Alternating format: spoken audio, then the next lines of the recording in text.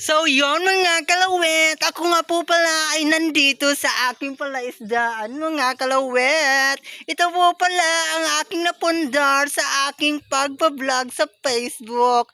So yun, subukan po nating manguha ng isda dito sa aking palaisdaan. Tara! Ups! Diyan mga kalawet, sure lang po ang lahat. Practice lang. So, pupunta na po ako sa bahay. Baka po ako ay mahuli ng may-ari ng palaisdaang to. Sige, next na lang. Practice lang mga kalawet ha.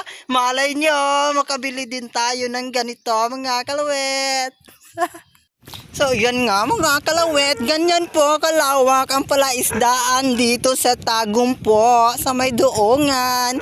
Ganyan po kaganda ang palaisdaan dito mga kalawet, oh. Yung daan po dito ay talagang inapaganda pa po ng mga ano dito mga kalawet.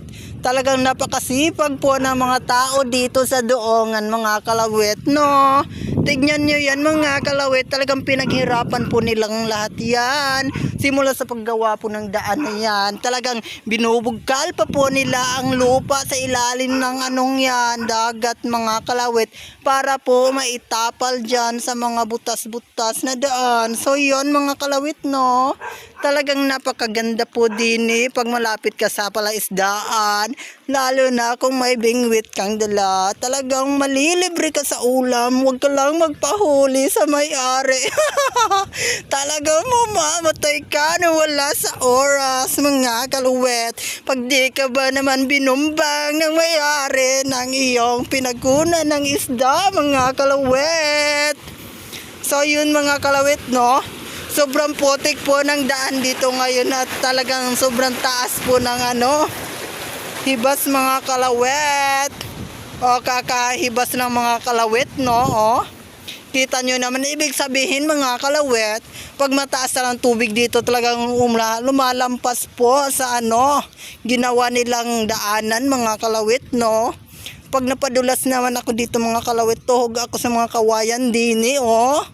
Sa ano, nakaharang po itong may ano po, anong tawag dito mga kalawit, no? Aring kulambo po, no? Itong kulambo ay pag ako napatumbad dyan ay nako, makapatay ang baklang darnang maglande. So yon mga kalawit, kailangan ko na pong umuwi, no?